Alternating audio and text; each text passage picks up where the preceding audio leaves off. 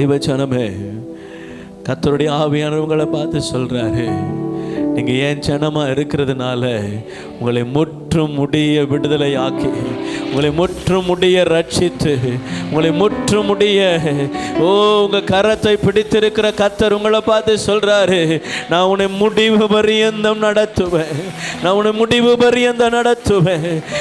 நான் உன்னுடைய துணையா இருப்பேனானா? நான் நடத்த விரும்புகிற வழியில் நடக்க விரும்புவாயானா?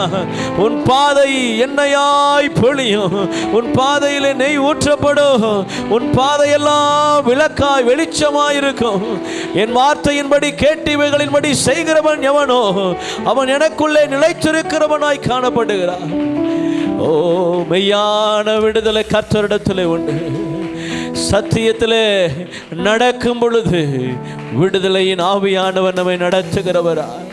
ஆவியானவர் உங்களை பார்த்து சொல்றார், நான் உங்களை நடத்துவேன், நான் உங்களை நடத்துவேன், நான் உங்களை விடுவிப்பேன், நான் உன்னை கரம் பிடிச்சிருக்கிறேன், நான் கைவிடவே மாட்டேன். மனமாற மனுபுத்திரன் அல்ல, கரம் பிடித்தவர் சாதாரண மனிதன் அல்ல, சர்வத்தையும் படைத்தவர். என் கரத்தை பிடித்திருக்கிற ஆண்டவர் சர்வ வல்லவர்.